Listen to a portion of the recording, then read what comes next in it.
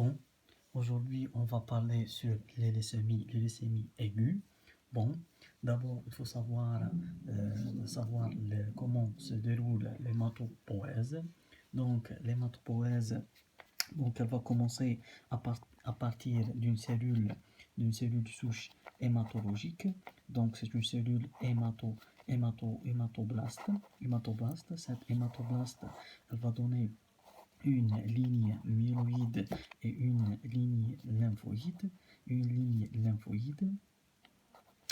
Et puis, à partir de la ligne myéloïde, on va aller vers l'érythropoïèse. Et on a encore la thrombopoïèse. Et on a en troisième lieu la leucopoïèse. Bon, pour la ligne lymphoïde, c'est celle-ci qui va donner les lymphocytes LB et les LT.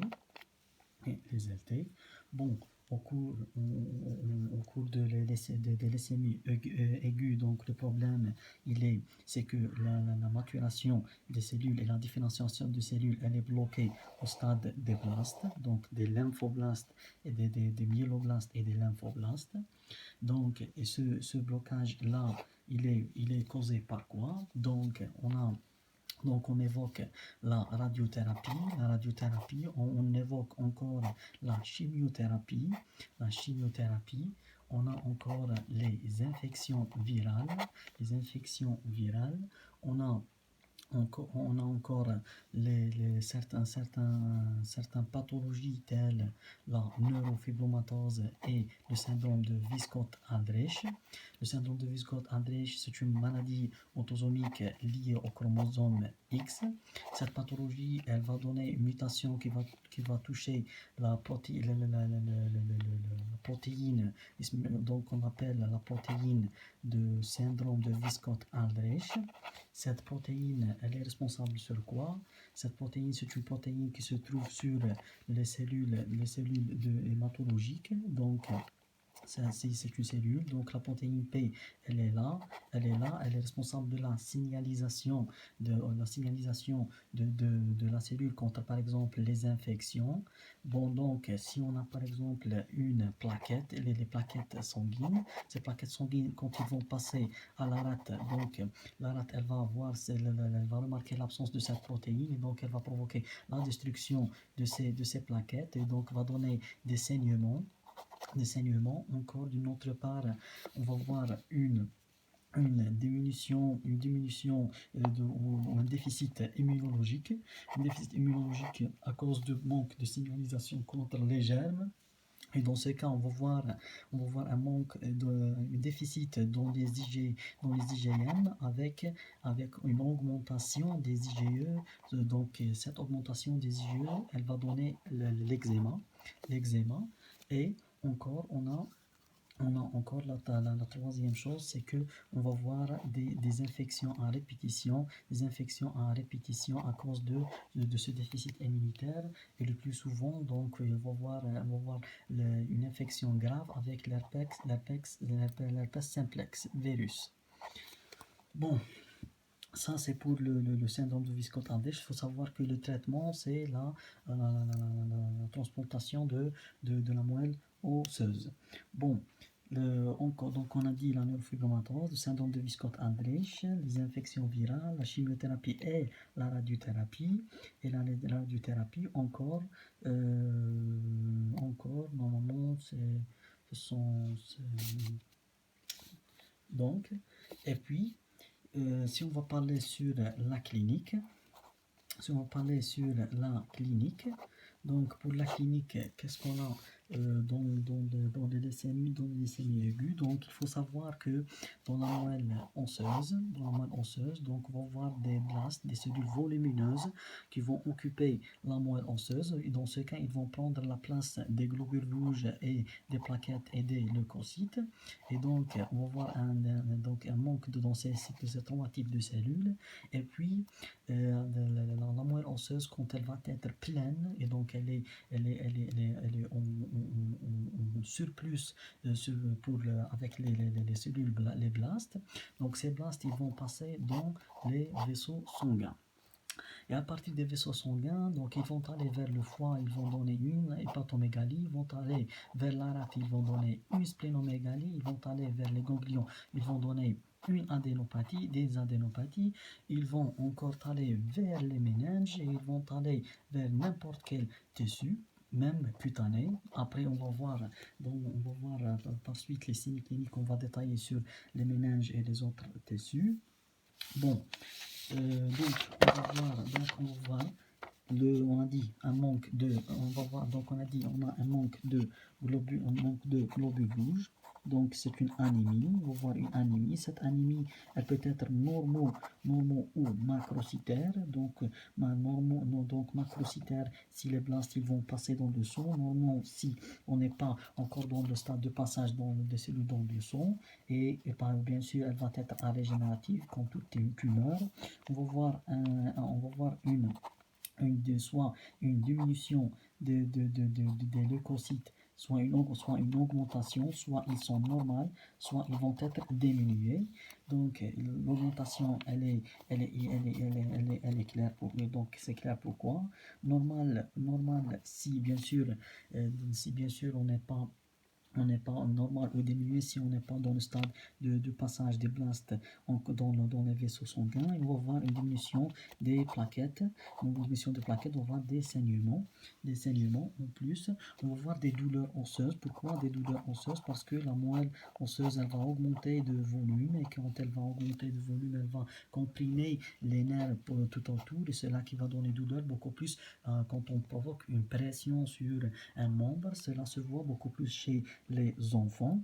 On va voir encore chez les enfants, on trouve le signe de céphalée et des vomissements. Pourquoi? Parce que les blastes, quand ils vont passer au niveau des méninges, ils vont provoquer une irritation méningée, et donc ils vont donner des céphalées et un vomissement, des vomissements centrales, d'origine centrale. Et puis on peut avoir encore le syndrome bien sûr de Lise tumorale. Donc là on va voir une hyperuricémie parce qu'on a beaucoup de cellules dans l'organisme qui vont être détruites par suite. On va voir augmentation de l'acide urique qui peut donner la goutte, et peut donner des lithiases urinaires de type urique. On peut avoir encore dans le syndrome de Lise tumorale une hypercalémie, une hypocalcémie, on peut avoir une acidose. Et puis, on peut avoir encore dans les leucémies ce qu'on appelle la CIVD. Et par suite, donc, quand on va détailler sur les types de leucémie, on va voir pourquoi on a cette CIVD. Bon, sur le plan biologique, qu'est-ce qu'on va voir? Donc, on fait donc, un FNS. Donc, on va trouver une anémie, comme on a dit, normale ou macro-régénérative. On va trouver des leucocytes normales ou diminués ont augmenté au-dessus de 1000, au-dessus de 10 000, et puis on peut trouver les plaquettes qui sont diminuées. Donc dans ce cas, on fait un frottis sanguin. Dans le frottis sanguin, là, on va trouver les blastes dans le sang. Et puis quand on trouve ces blastes, il faut savoir, est-ce que ces blastes-là, est-ce qu'ils sont des myéloblastes ou elles sont des lymphoblastes.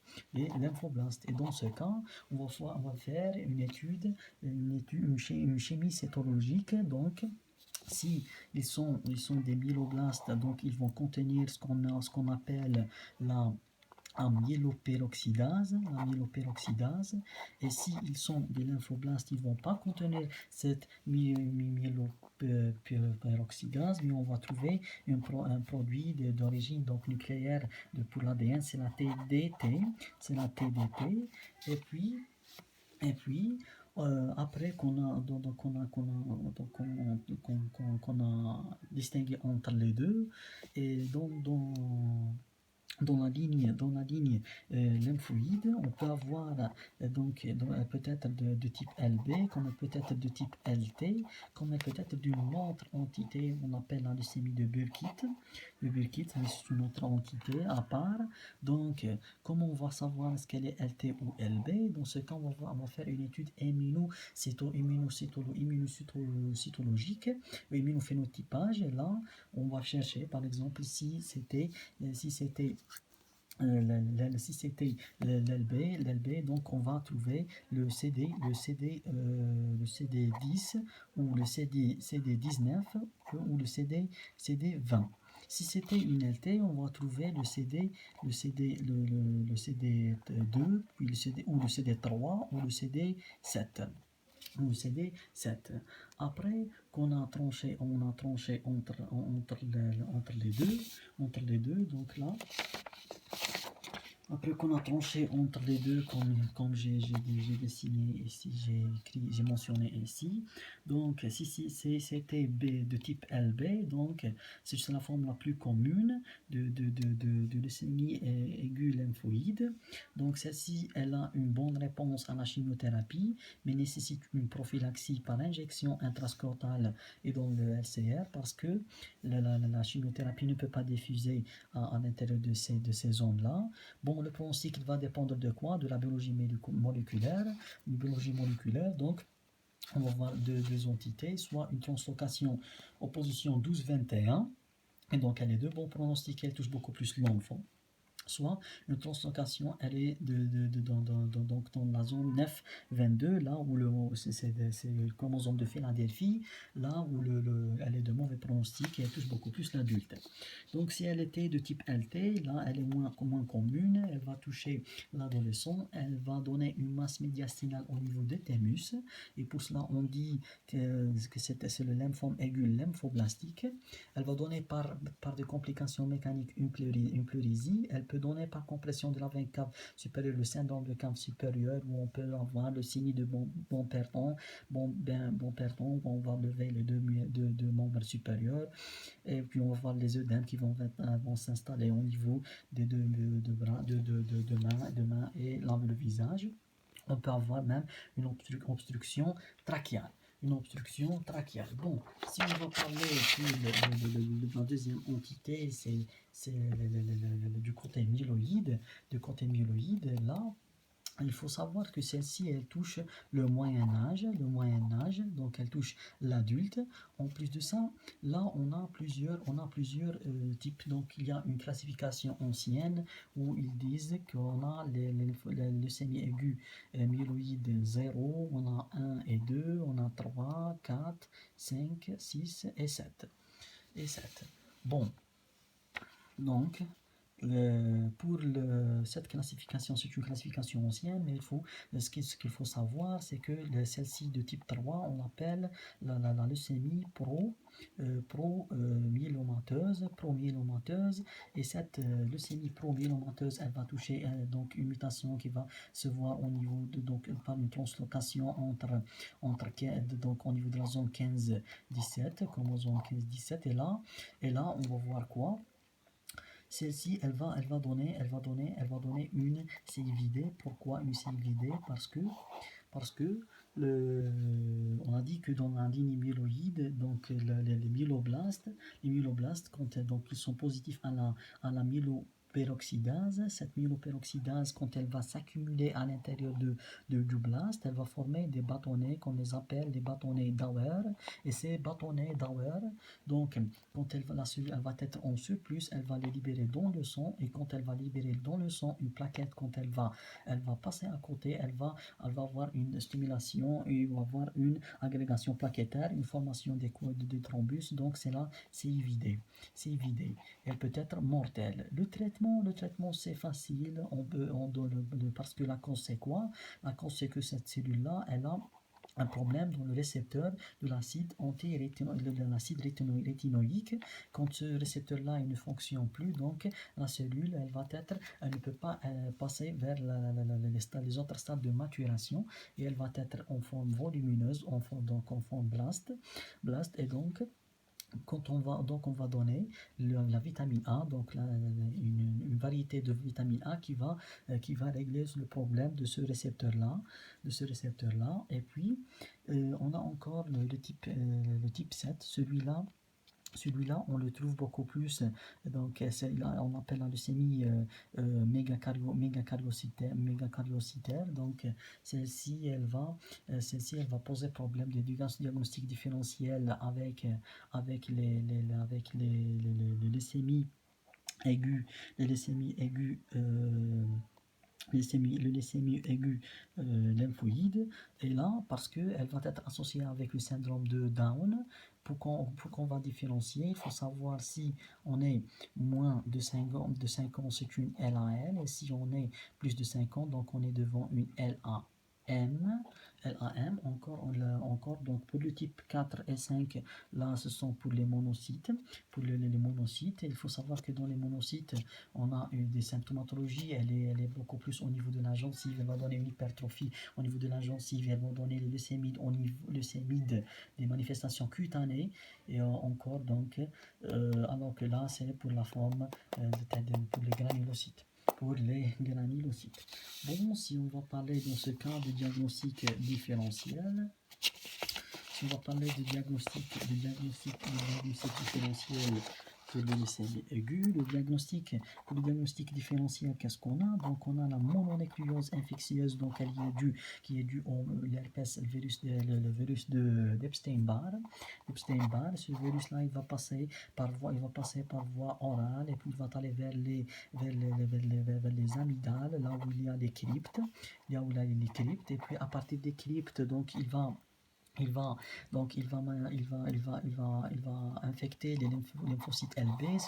Ces lymphocytes LB, ils vont se proliférer, et donc ils vont donner une lymphocytose, et ils vont aller vers les ganglions cervicales, ils vont donner des adénopathies cervicales, et ils vont donner une angine, bien sûr, ils vont donner une fièvre. Il faut faire une sérologie de virus d'Epstein-Barr pour faire le diagnostic différentiel. Avant ça, avant qu'on passe au diagnostic différentiel, il faut mentionner que pour qu'on confirme pour qu'on confirme pour qu'on confirme le diagnostic de la leucémie, et donc on va faire une myélogramme. Dans le myélogramme, on va trouver les blastes, donc dépassent les 20%, au niveau de la moelle osseuse, avec une diminution dans les autres types de cellules. Les autres types de cellules. Il faut savoir que dans le et puis si on va parler de diagnostic différentiel, on a dit d'abord la MNI, et puis on a une autre entité, donc ce sont le syndrome myélodysplasique. Dysplasie, donc c'est une mauvaise formation des cellules myéloïdes, et cette mauvaise formation des cellules myéloïdes, donc elle est grave, et elle va donner une anémie, une leucopénie, une thrombopénie, donc des saignements très graves. Le plus souvent, elle est mortelle, mais elle peut évoluer avec le temps vers une LAM. Et puis il faut savoir, pour qu'on distingue entre les deux, dans le syndrome myélodysplasique, là où le myélogramme, on va trouver que les blastes sont inférieurs à 20%. Ils ne vont pas dépasser les 20%. Donc on a la anémie, on a le syndrome myélodysplasique. Donc en plus, on a le syndrome myéloprolifératif. Ça, il va prédisposer aux leucémies aiguës. Bon, si on va parler de traitement, le traitement de leucémie aiguë, donc on va commencer bien sûr par une chimiothérapie d'induction.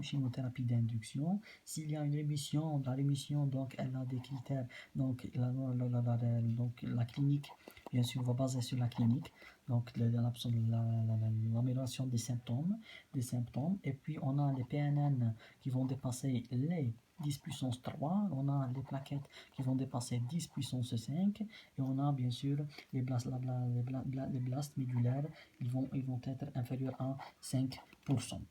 Dans ce cas, on va faire quoi? On va faire soit une autre chimiothérapie de consolidation, soit on va baser sur l'allogreffe, la transplantation de la moelle osseuse.